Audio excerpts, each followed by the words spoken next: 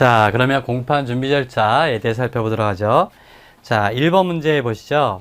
공판 준비 절차에 관한 다음 설명 중 옳지 않은 것을 모두 묶어라. 이런 얘기인데요.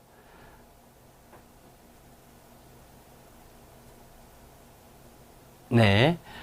자, 모두 묶어라. 라는 얘기인데, 자, 하나씩 볼까요? 공판 준비 기일은 검사와 변호인, 피고인이 출석하여 진행할 수 있다. 여기서, 예. 피고인이 출석할 수는 있지만 피고인이 출석해야 진행할 수 있는 건 아니죠. 그리고 피고인 부분이 틀린 거고요. 공판 준비 기일입니다. 자, 그 다음에 공판 준비 기일은 원칙적으로 비공개 아니고 공개죠. 비공개로 한다가 틀린 질문이 되겠고, 그 다음에 공판 준비 절차에서도 공소할 또는 적용법조에 추가 철회 또는 변경을 할 수 있다. 공소상 변경할 수 있습니다. 예, 공판 준비 기일 조서에 작성할 내용이 뭐냐 이건데요. 예, 공판 조서 같이 자세히 기재할 필요는 없이 확인된 쟁점, 증거에 관한 정리 결과만을 기재하면 된다. 맞죠?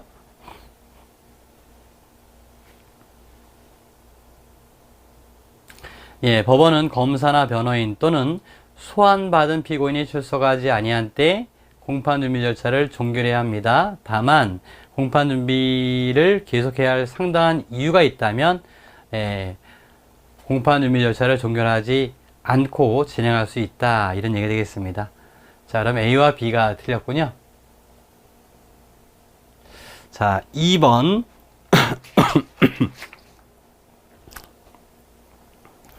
공판 준비 절차에 관한 다음 설명 중 옳은 것은 무엇일까요? 이건데요. 자, 옳은 지문은 3번입니다. 법원은 피고인이 국민참여재판을 원하는 의사표시를 한 경우 사건을 공판 준비 절차에 붙여야 한다. 예, 이거는 우리 조문이에요. 기억해 주시고, 공개하지 않는 것이 원칙이다. 틀렸죠. 공개하는 것이 원칙이니까. 예, 피고인은 법원의 소환이 있는 경우에만인데, 만의 법칙이죠. 그것이 아니라 피고인은 법원의 소환이 없어도 출석은 할 수 있어요. 피고인은 출석 의무는 없죠. 출석할 권리는 있다. 이렇게 보시면 됩니다. 검사, 피고인 또는 변호인이 공판준비 기일에서 신청하지 못한 증거에 대해 법원은 직권으로 증거를 조사할 수 없느냐 이건데, 그렇지는 않습니다. 법원은 직권으로 증거 조사할 수는 있어요. 그래서 요 4번도 틀린 질문이 되는 거죠. 그 다음에 의견서 제출 제도에 대한 설명으로 옳지 않은 것은 뭘까?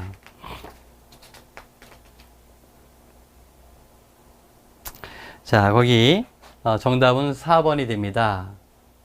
약식명령 청구 사건이 공판 절차에 회부되거나 즉결신박 청구 사건에 대해서 정지재판이 청구된 경우 피고인에게 의견서 양식을 송달할 필요가 없다. 우리가 앞서 봤던 것처럼 공소장 부본을 송달하게 되면 의견서를 7일 이내에 제출하잖아요. 예. 따라서 의견서 제출 의무가 있는 거죠. 그죠? 예. 4번을 확인해 볼까요? 그래서, 송달 의무가 있는 거죠. 약식명령 청구 사건이 공판 절차에 회부되거나 정기재판이 청구된 경우 당해 기록이 재판부에 인계된 후 지체 없이 의견서 양식을 송달해야 한다. 이렇게 돼 있어요. 기억해 주시죠.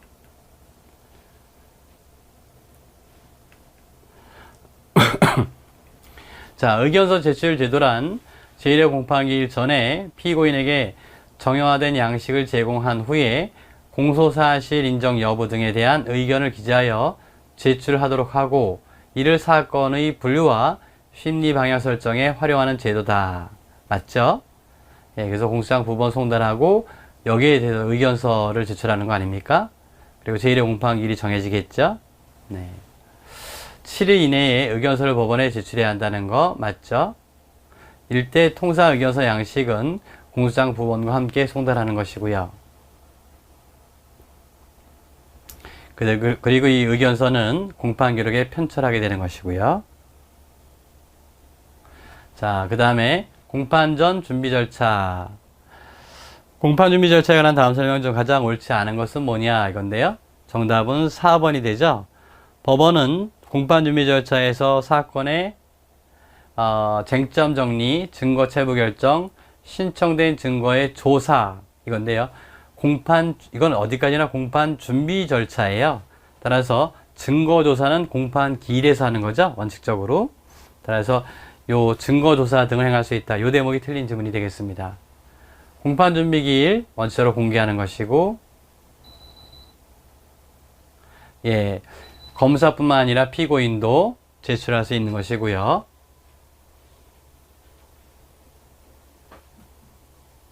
예, 이 공판 준비 기일은 변호인이 있어야 됩니다. 따라서 변호인이 없다면 직권으로 변호인을 선정해 줘야 되는 것이고,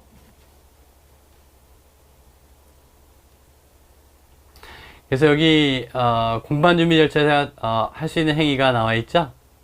쟁점을 정리하는 거, 그 다음에 증거 신청을 하도록 하는 거, 그 다음에 신청된 증거와 관련해서 입증 취지 및 내용 등을 명확히 하는 거, 또 증거 신청에 관한 의견을 확인하는 거, 증거 체부 결정, 증거 조사의 순서 및 방법을 정하는 것. 그렇지만 무엇은 할 수 없어요? 증거 조사는 할 수 없다는 것이죠. 자, 그 다음 문제 볼까요? 자, 공판 준비 절차에 관한 다음 설명 중에서 가장 옳지 않은 것은 뭐냐? 자, 정답은 2번입니다.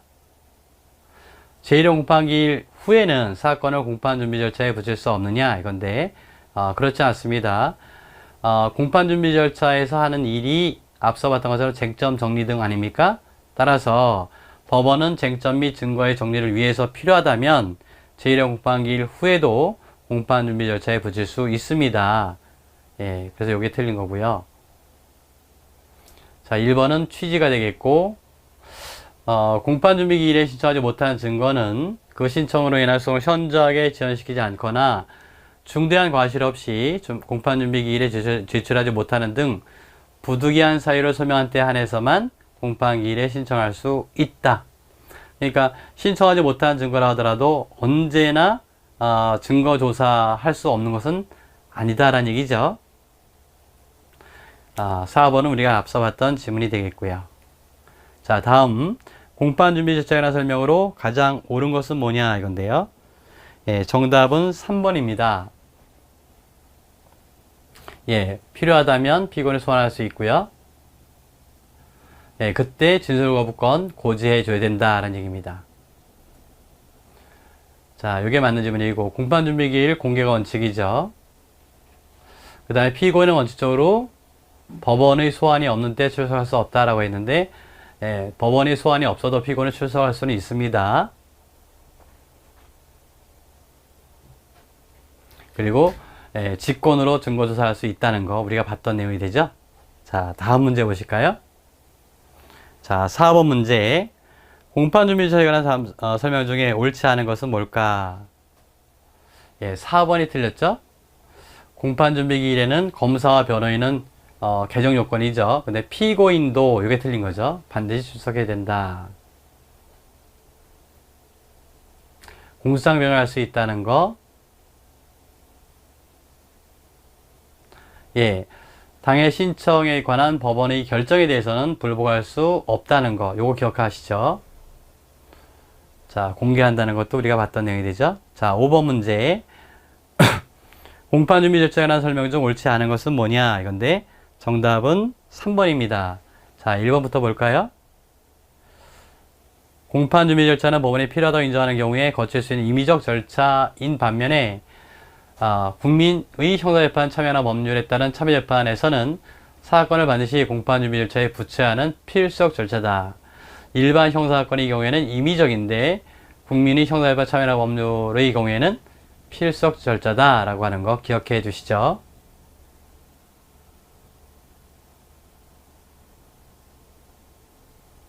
네, 공판 준비 절차는 주장 및 입증 계획 등을 서면으로 준비하게 하거나 공판 준비 기일을 열어서 진행한다. 맞는 내용이 되겠고요. 예, 여기 피고인이 들어가 있죠? 예, 3번이 틀렸네요. 그래서 예, 필요적으로 국선 변호를 선정해야 된다는 거 우리가 봤던 내용이 됩니다. 자, 다음 6번 문제. 다음 중 가장 옳지 않은 것은 뭘까? 이건데 3번이 틀린 질문이에요.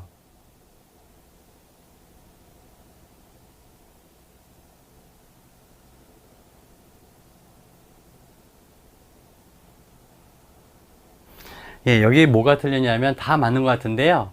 예, 이 대목입니다. 필요하다고 인정할 때 피고인에게도 공판준비기일을 통지할 수 있다라고 되어 있는데요. 피고인은, 피고인은 공판준비기일에 출석할 의무는 원래는 없었죠. 그렇지만 출석할 권리는 있었다 그랬죠. 따라서 이건 피고인에게 통지해야 됩니다. 자, 법원은 검사, 피고인 및 변호인에게 공판준비기일을 통지하여야 한다라고 되어 있죠. 예, 필요한 경우 이거 없죠. 예, 그거 여러분들 기억해 주시기 바랍니다. 그래서 이런 경우가 함정 문제예요. 필요하다고 인정할 때 이런 질문 잘 기억해 주시기 바랍니다. 자, 공판준비 임의적 절차라고 하는 거, 그래서 활동 내용이 나와 있고요. 1번이 공개, 그렇지만 비공개할 수도 있다는 거죠. 비공개 사유는 뭐냐면 절차의 진행이 방해될 우려가 있을 때 이겁니다. 절차의 진행이 방해될 우려가 있을 때 공판준비 기일의 절차가 방해된다. 이럴 때는 비공개할 수 있다는 얘기입니다.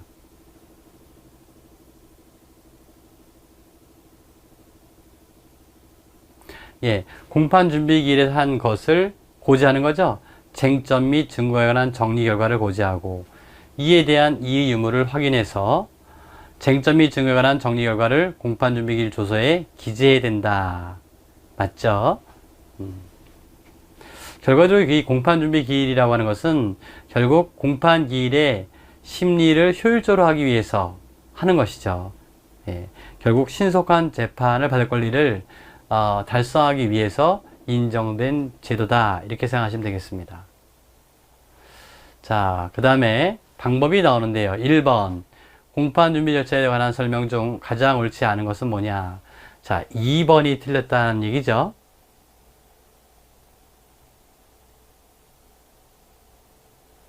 예, 여기 보시게 되면 피고인에게 진술을 거부할 수 있음을 알려줄 필요도 없다. 이 대목이 틀린 거죠.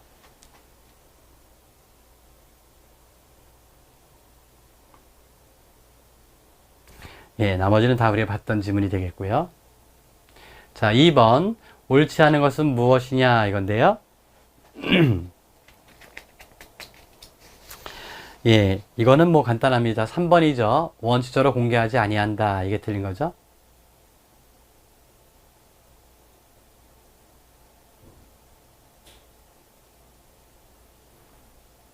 예, 이때 법원이 효율적인 절차 진행을 위해서 합의부원을 수명법관으로 지정해서 공판준비기를 열 수도 있습니다. 여기 수명법관이라는 개념이 나와 있는데 이 수명법관은 합의부원 중에서 특정한 임무를 부여받은 법관을 말합니다. 그래서 이게 수명법관이 되겠어요. 수명법관으로 할 수 있다. 여기 기억하실 거 공판준비 절차에 붙일 수 있다가 아니라 붙여야 한다는 거 이거 기억하셔야 됩니다. 일반 형사 절차하고는 좀 다른 거죠. 자, 다음 3번 문제. 옳지 않은 것은 뭐냐 이건데 2번이 틀렸어요. 예, 이 결정에 대해서는 불복할 수 없다라고 그랬죠. 예, 그래서 즉시 항고할 수 있다. 이게 틀린 거고요. 자, 1번은 취지가 되겠고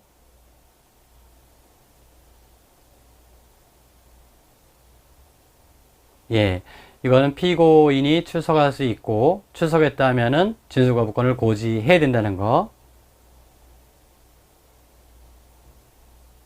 예, 직권으로 변호인을 선정해야 된다는 거. 여기 우리 봤던 내용이 되겠군요. 자, 그 다음 4번 문제.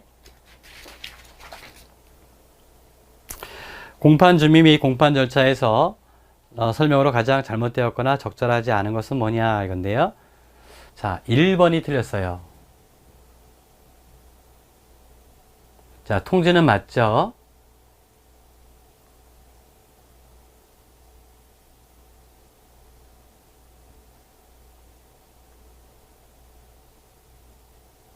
예, 이거 비공개 사유인데요. 공판준비기일은 공개하는데 다만 비공개 사유가 뭐라 그랬어요? 예, 절차의 진행이 방해될 우려가 있을 때 이거죠? 그러니까 앞에 검사와 피고인 및 변호인이 공개를 원하지 않거나 공개하면 증거가 인멸되거나 이 대목이 틀린 거죠? 이건 없어야 되는 것입니다.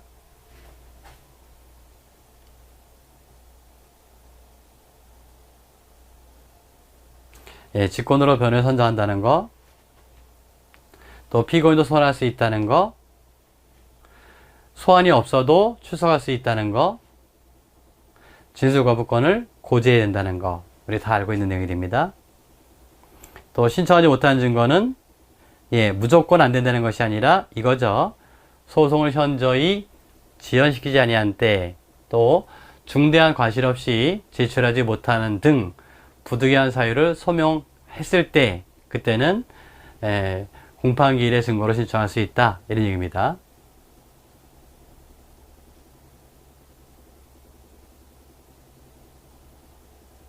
요거는 이제 위치가 되겠습니다. 그래서 검사의 좌석과 피고인 및 변호의 좌석은 대등하고, 법대의 좌우측에 마주보고 위치하고, 증인의 좌석은 법대의 정면에 위치하고요. 피고인 신문할 때는 피고인은 어디에? 증인석에 좌석한다. 뭐 다 알고 있는 내용이 되죠, 여러분들은? 자, 그 다음 내용이 되겠습니다.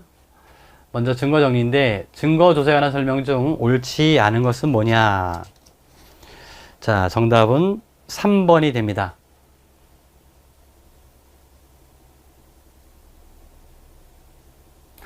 여기까지 할 수 있는 건 증거조사의 순서 및 방법까지 정할 수 있는 것이죠. 그래서 없다는 것이 틀렸고요. 증거조사는 못하는 거죠. 예, 이거는 신청하지 못한 증거,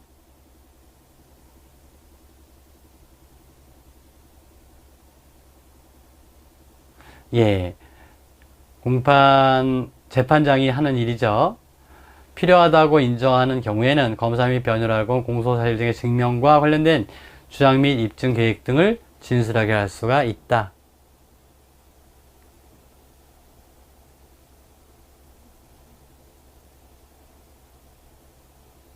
예, 이것도 마찬가지죠. 검사는 피고인 또는 변호인이 공판기일이나 공판준비 절차에서 현장 부재, 심신상실, 심신미약 등 법률상 사실상의 주장을 했다면 피고인 또는 변호인에게 서류 등의 열람 등사나 서면의 교부를 요구할 수가 있다. 요거 제 증거 개시 관련해서 나왔던 내용 아니겠어요?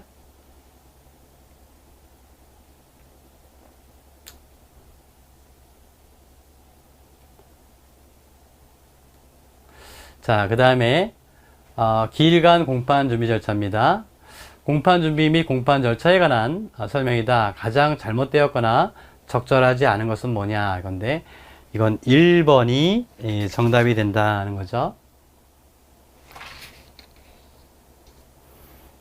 자, 법원은 제1회 공판기일 후에는 쟁점 및 증거의 정리에 필요한 경우라도 우리가 이미 봤던 거죠. 제1회 공판기일 이후에도 공판 준비 절차에 붙일 수 있다는 거, 아니 된다, 이게 되는 거고요. 그 다음에 2번은 계속 심리주의죠. 예. 만약에 그렇지 못했다면 14일 이내에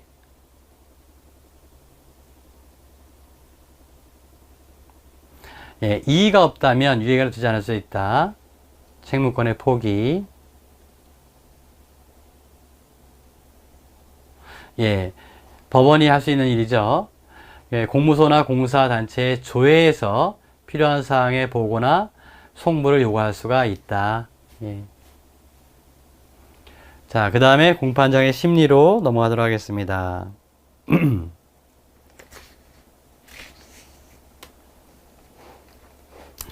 자, 1번 다음 설명 중 틀린 것은 뭘까 이건데요. 자, 정답은 2번이죠.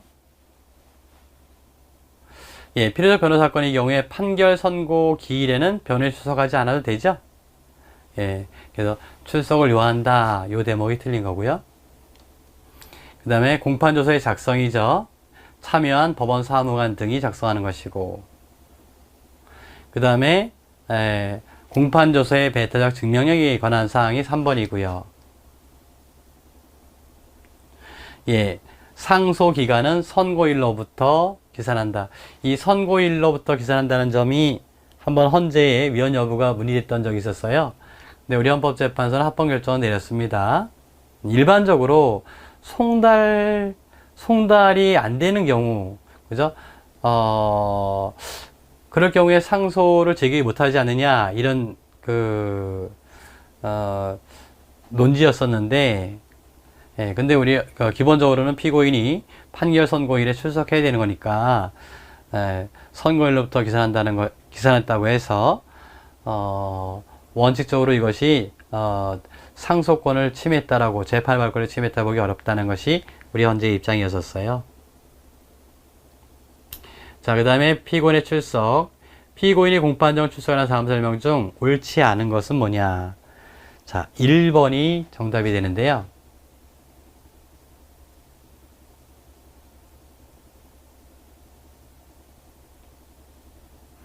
이때 이거는 법원의 허가 재판이 필요한 것은 아니죠. 그래서 그 대리권 수여 사실을 증명하는 서면을 제출하면 되는 거죠.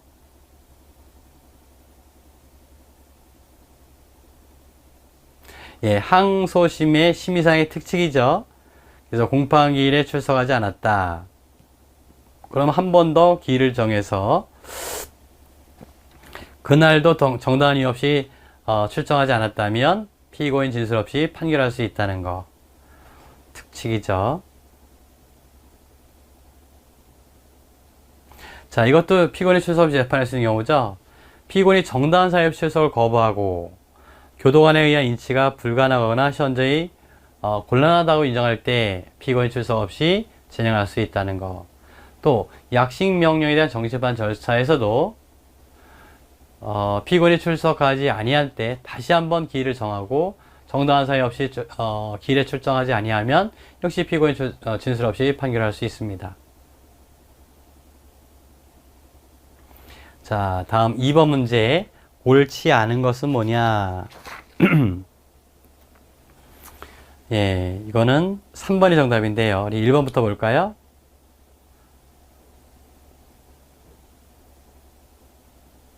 이건 맞죠? 앞서 봤던 지문이 되어 있고, 공소기각이나 면소재판할 것이 명백하다. 이럴 때는 출석 없이 개정할 수 있습니다. 피고인에게 불리한 재판이 아니기 때문에 그렇죠.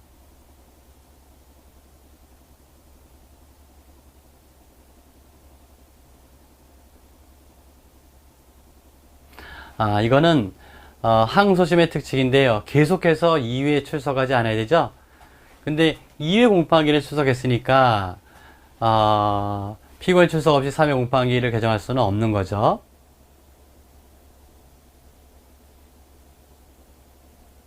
예, 이거는 뭐 필요할 변호 사건에서 피고인이 퇴정하고 변호인마저 퇴정해버린 경우에는 피고인이나 변호인 없이 심리 판결할 수 있다는 거. 지난번에 우리가 봤던 겁니다. 이때 증거 동의도 의지해준다라고 얘기했었어요.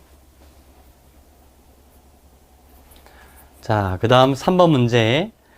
소송 관계인이 공판기일 출석에 하는 다음 설명 중 가장 옳지 않은 것은 뭐냐?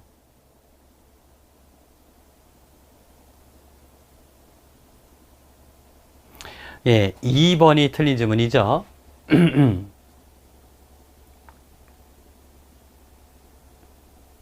예, 앞서 했던 것처럼 법원의 허가 재판은 필요하지 않은 거예요.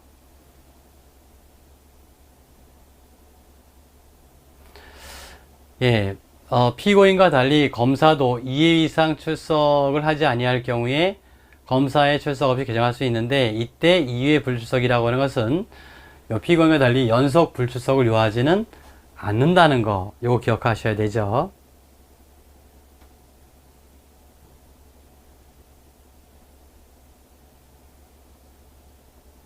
예. 역시 마찬가지인데요. 다액 500만 원을 초과하는 벌금에 해당하는 사건에서 피고인이 불출석 허가 신청이 있고 법원이 이를 허가했다면 피고인의 출석 없이 개정할 수 있죠. 그렇지만 인정신문과 판결을 선고하는 공판기일에는 출석해야 합니다. 네. 그래서 인정신문과 판결을 선고하는 공판기일까지도 불출석할 수 있는 건 아니라는 거, 이거 기억하셔야 됩니다. 자, 이건 항소심에서의 특칙, 우리가 봤던 내용이 되어 있고요. 자, 그 다음에 4번 문제 볼까요? 공판 절차의 진행 관련해서 다음 설명 중 가장 옳지 않은 것은 뭘까? 1번이 정답인데요. 예, 변론 종결 후 변론을 제기할 것인가의 여부, 이거는 법원의 재량이라 그랬어요. 따라서 법원은 반드시 변론을 제기하여, 이 대목이 틀린 거죠.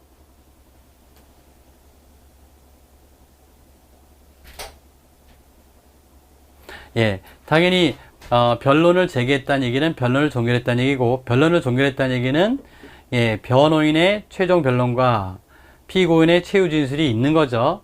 검사의 의견 진술, 즉 검사의 논고와 구형, 이게 있었다는 얘기죠. 그렇지만 변론을 다시 제기했기 때문에 다시 행해져야 한다라고 하는 것. 왜냐하면 심리를 다시 했기 때문에 그렇죠.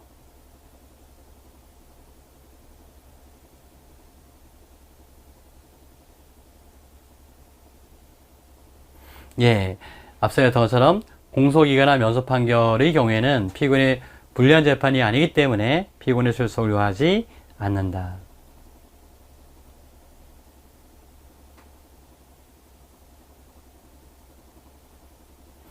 앞서 봤던 것처럼 변호인은 그저 필요적 변호 사건이라 하더라도 판결 선고기일에는 출석 의무가 없어요.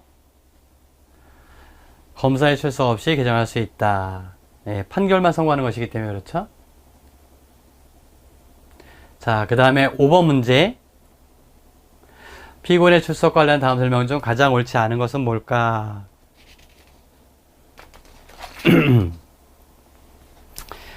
정답은 1번이 됩니다.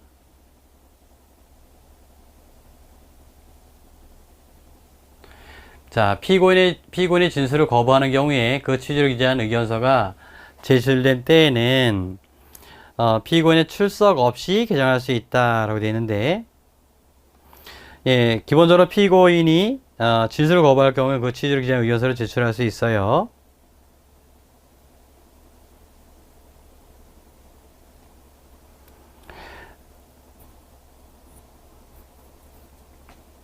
그렇지만 그죠?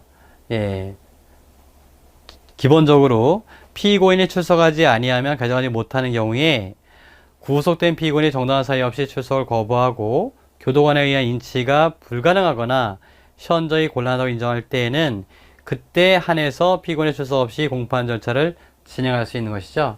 자, 그걸 한번 확인해 보세요. 단지 그 취지를 기재한 의견서가 제출된 것만 가지고 피고인의 출석 없이 개정할 수 있느냐? 그게 아니란 얘기입니다. 자, 분명히 진술을 거부하는 경우에는 그 취지를 기재한 의견서를 제출할 수 있어요. 자, 그런데 277조 2를 보게 되면 피고인이 출석하지 아니하면 개정하지 못하는 경우 원칙적으로 피고인이 출석해야 개정하지 않습니까? 그때 만약에 구속된 피고인이라고 한다면 정당한 사유 없이 출석을 거부하고 또 교도관에 의한 인치가 불가능하거나 현저히 곤란해야만 피고인의 출석 없이 공판 절차를 진행할 수 있어요. 따라서 출석을 거부했을 때 피고인의 출석을 요하지 않는 경우는 있지만 진술을 거부했을 때 그죠? 불출석의 예외를 인정하는 경우는 없다는 거죠. 여기서 앞서 얘기한 것은 어떤 내용입니까? 진술을 거부한 거죠. 진술을 거부했다고 해서 출정 없이 재판할 수 있는 것은 아니다라는 얘기입니다.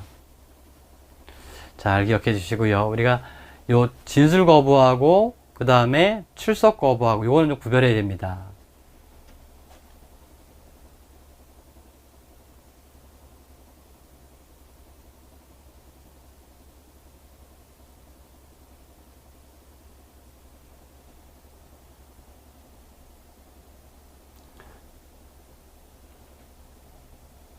자, 2번도 여러분도 기억하실만 하죠. 판결 선고를 위한 공판기일에 출석하지 않았어요, 피고인이. 이때 다시 기일을 정하는 경우에 기일 고지는 출석하지 않은 당사자에게 효력이 미치기 때문에 새로운 기일의 통지를 해야 하는 것은 아니다라고 하는 거. 공판기일에 소환 또는 통지를 받은 자가 질병이나 기타의 사유로 출석하지 못할 때 의사의 진단서 기타 자료를 제출해야 되겠고요. 소명해야 되겠죠.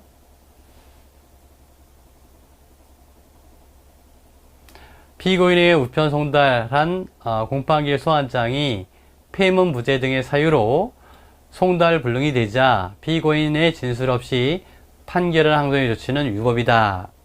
예. 요거는 우리 판례인데요. 요 내용은 한번 기억해 주실 만합니다.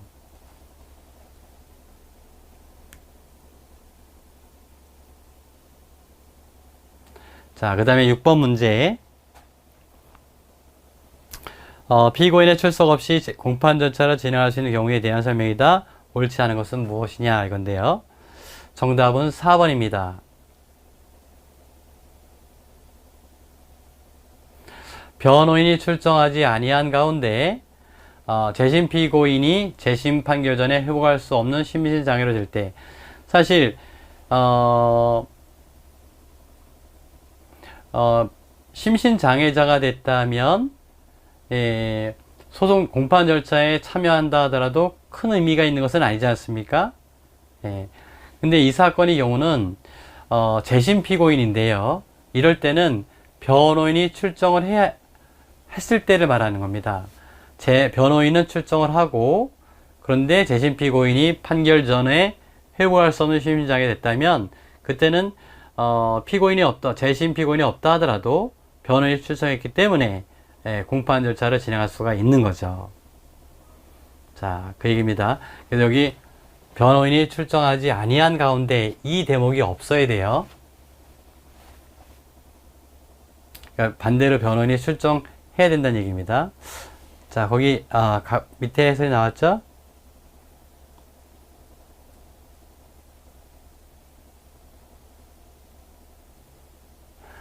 재심 피고인이 사망하거나 재심 청구가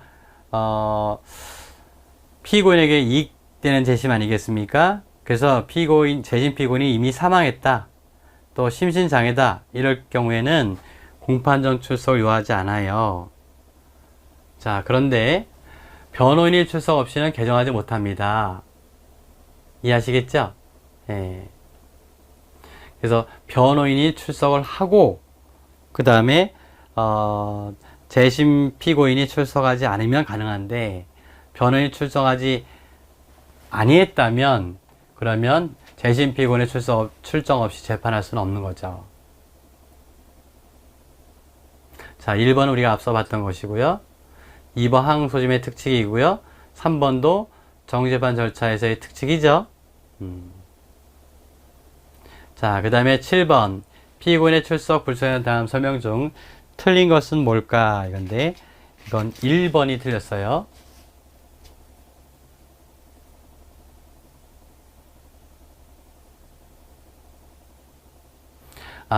이게 증거동의가 되는데요. 이때는 피고인의 대리인 또는 변호인이 출정하여도 라고 했는데, 이것이 출정하지 않았을 때입니다.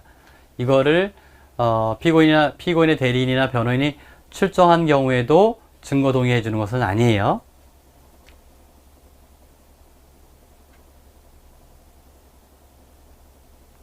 예, 통설적 견해죠. 피고인이 재판장의 특정 명령에 의해서 출석하지 않았다. 그때 동의 의지해 주면 안 되겠죠. 요거는 구속된 피고인에 대한 특칙이 되겠고요.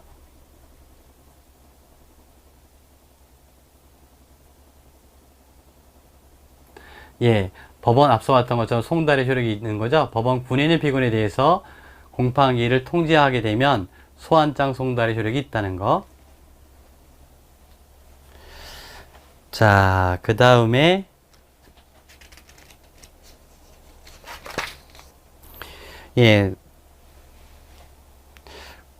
공판기일에 관한 다음 설명 중 옳지 않은 것은 뭘까 이건데, 3번이 틀린 질문입니다.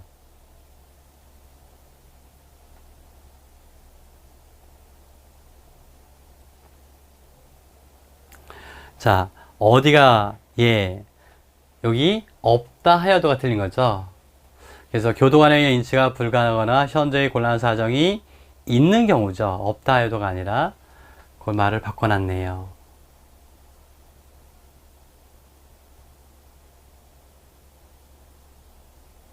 이건 맞는 질문이 되겠고요.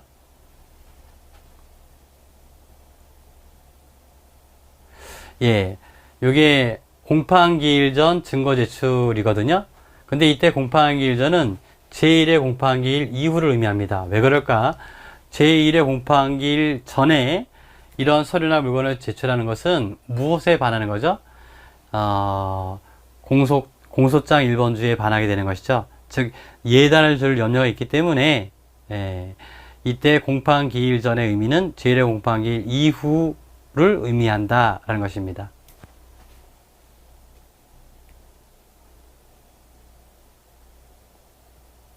이때 연속이라고 하는 것은 요건이 아니라 그랬어요. 4번은. 자, 그 다음 2번. 2번이 틀린 질문이 되네요. 이거죠. 대표자가 여러 명이라고 한다면 각자가 따로 대리인을 선임하여 각각 출석시킬 수 있는 거죠. 원래 각자들이 각자 대표가 원칙이다 이렇게 얘기했었죠.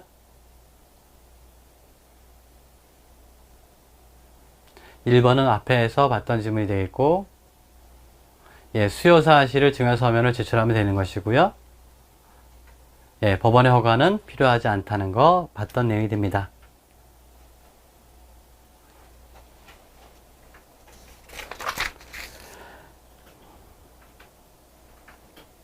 자, 다음 피고인의 불소속 재판에 허용되는 경우가 아닌 것은 뭐냐 이건데요.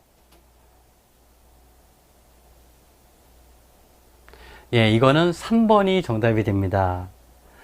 장기 3년 이하의 징역이나 근무에 해당하는 사건에서 법원이 피고인의 불출석을 허가한 경우에 여기죠. 판결 선고 기일에는 출석해야 돼요. 자, 여기 나오죠. 3번 질문을 한번 볼까요? 다음 같고 어느 하나에 해당하는 사건에 관해서는 피고인의 출석을 요하지 아니한다. 장기 3년 이하의 징역 또는 금고, 다액 500만 원을 초과하는 벌금 또는 구류에 해당되는 사건에서 피고인의 불출석 허가 신청이 있고 법원이 허가한 사건, 다만 284조에 따른 절차를 진행하거나 판결을 선고하는 공판기일에는 출석해야 한다. 즉 법원이 허가했다 하더라도 인정신문하고 뭐죠? 이거 앞에서 봤던 질문이죠. 판결을 선고하는 공판기일에는 출석해야 된다 이런 얘기입니다. 꼭 기억해 두셔야 되겠습니다.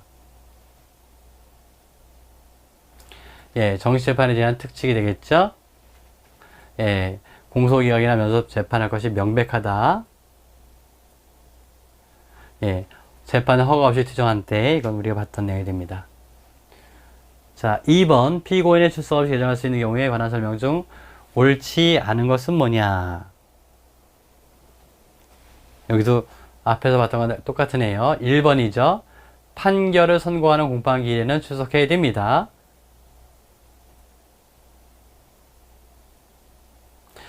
(3번을) 볼까요? 피고인이 질병으로 인해 출정할 수 없는 때 무죄, 면소, 형이 면제 또는 공소기각이 재판할 것이 명백하다. 피고인이 유리한 재판이죠. 자, 이것도 우리가 봤던 내용이 됩니다. 그 다음 3번 가장 옳지 않은 것은 뭘까? 자, 이거는 3번이 되겠죠. 역시 어디가 잘못된 거예요? 판결을 선고하는 이때는 뭐죠? 출석해야 되는 거죠.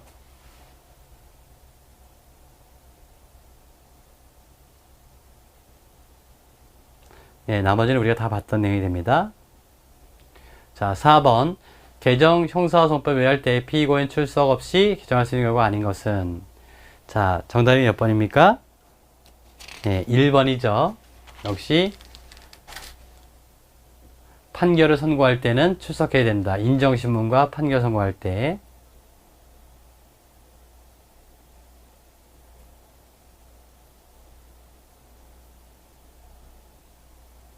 자, 5번도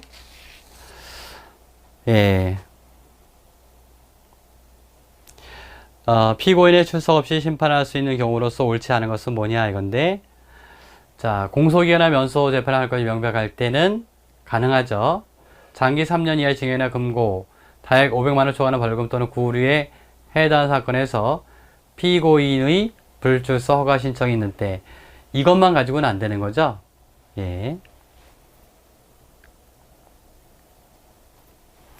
그래서 이거에 대한 허가를 해줘야 됩니다.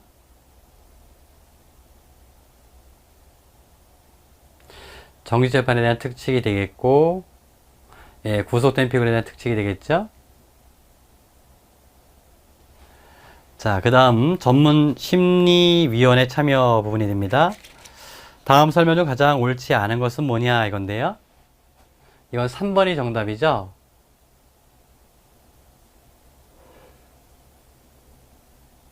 예, 이거는 기재해야 되는 거죠. 기재할 필요가 없다라고 되어 있는데, 재판의 허가를 받아서 소송관계에게 질문을 했다면 그 취지를 조서에 기재해야 됩니다. 3번이 틀렸고요. 예, 불구속 피고인에 대해서는 뭐라고요? 송달을 신청하는 경우에 한해서만 송달한다는 거 우리 앞에서 봤습니다.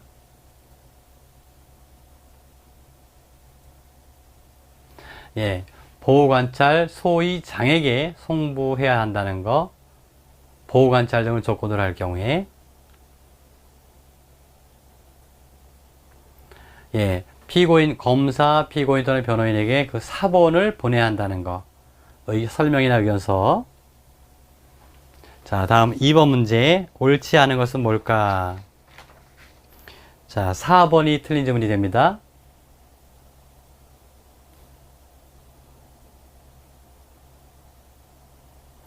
예.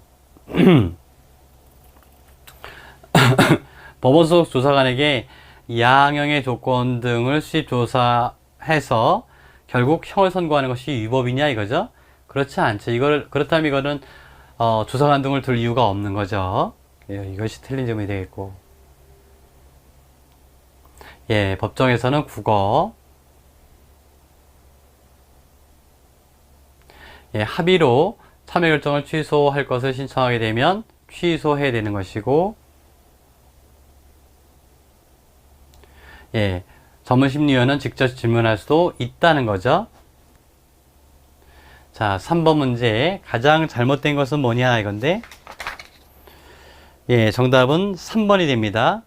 앞서 얘기했던 것처럼, 예, 전문심리의 공판 준비나 공판관계에 참여할 때 조서에 그 성명을 기재할 필요가 없다라고 되어 있는데, 기재해야 되는 거죠. 3번이 틀렸고. 예, 직접 질문할 수 있다는 거. 예, 당연히 제척이나 기피 신청이 있다면은 소송조차에 참여할 수 없다는 거.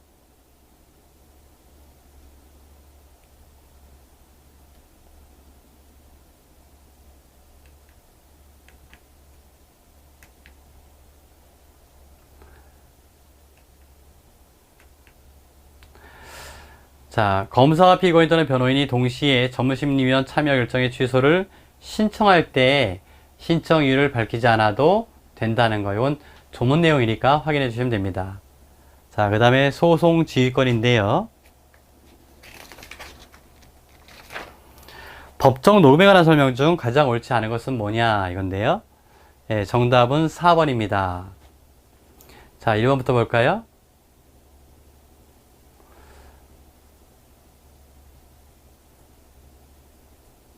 예, 그 전부를 녹음해야 된다는 거, 요거 기억하셔야 됩니다. 뭐 잘 아시겠지만, 예, 만약에 피고인이 공소 사실을 부인했다면 녹취서 작성을 명해야 한다는 거.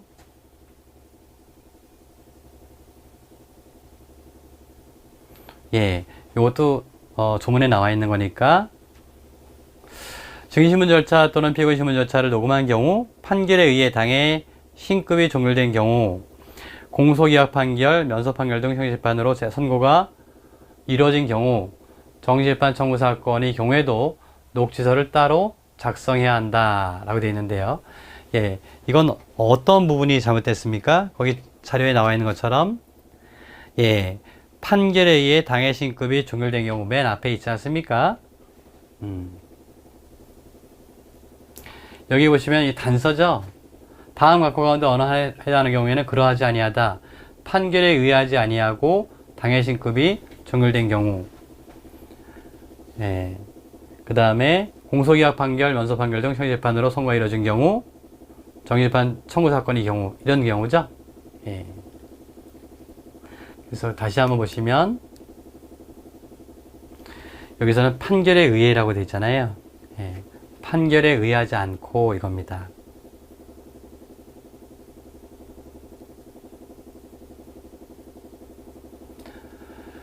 자, 그 다음에 2번 법정 녹음에 관한 설명 중 옳지 않은 것은 뭐냐 이건데요. 예, 정답은 4번입니다.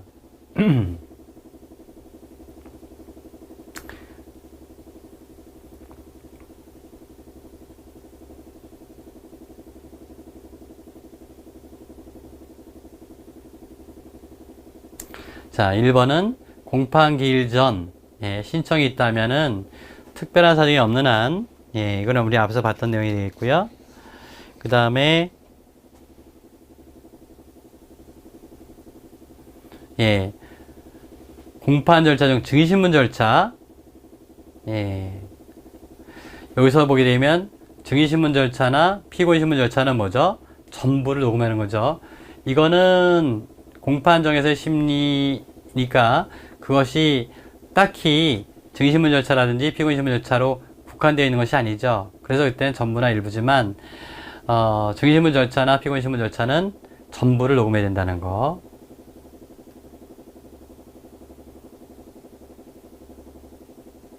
예.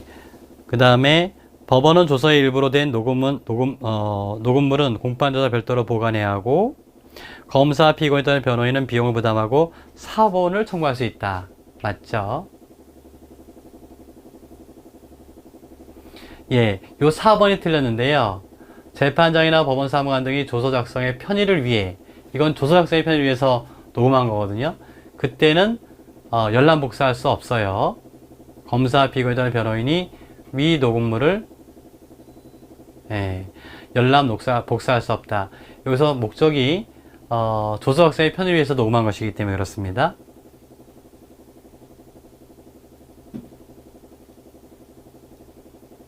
자, 그 다음에 법정 경찰권이 되겠어요.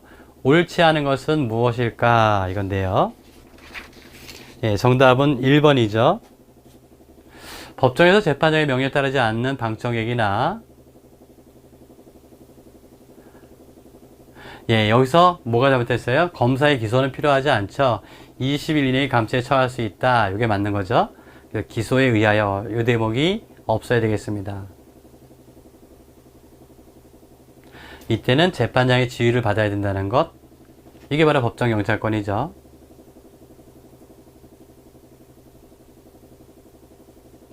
예, 공판정에서의 피고의 신체를 구속하지 못하죠. 다만 이런 사유가 있을 때는 예, 재판장이 신체 구속을 명할 수 있어요. 예, 이건 기억하셔야 되죠. 녹화, 촬영 등을 하기 위해서는 재판장의 허가를 얻어야 된다. 예, 맞는 내용이 되죠. 자, 그 다음에 공판기일의 절차인데, 예, 그러면 오늘은 여기까지 하고 다음 시간에 공판기일의 절차부터 살펴보도록 하겠습니다. 자, 오늘 수고하셨습니다.